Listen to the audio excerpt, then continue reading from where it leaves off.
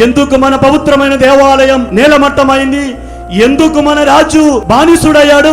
ఎందుకు మన రాజును వారు గొలుసులతో కట్టుకొని బాబిలోనియా దేశానికి తీసుకొని పోయారు? ఇవన్నీ జరిగాయంటే దేవుడు మనల్ని విడిచిపెట్టారనే కదా అర్థం. దేవుడు మనల్ని పరిత్యజించారనే కదా అర్థం. అలా వారు బాధపడుతూ చెప్పిన మాటలు, ప్రభువు మమ్ము విడిచిపెట్టారు. ఈ మాటలు విన్నప్పుడు దేవునికి సహించలేదు. నిజానికి వారు తప్పు చేశారు, నిజమే. వారు తప్పు చేసినందుకే బాబిలోనియా రాజు వారి మీద దాడి చేశాడు.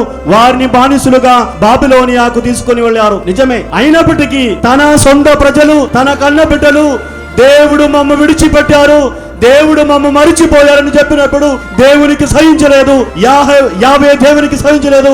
యావే దేవుడు చెప్పారు, ఇశ్రాయేలీయులారా, నా కన్న బిడ్డలారా, మీరేం మాట అన్నారు? నేను మిమ్మల్ని మరిచిపోవడమా? నేను మిమ్మల్ని పరిత్యజించడమా?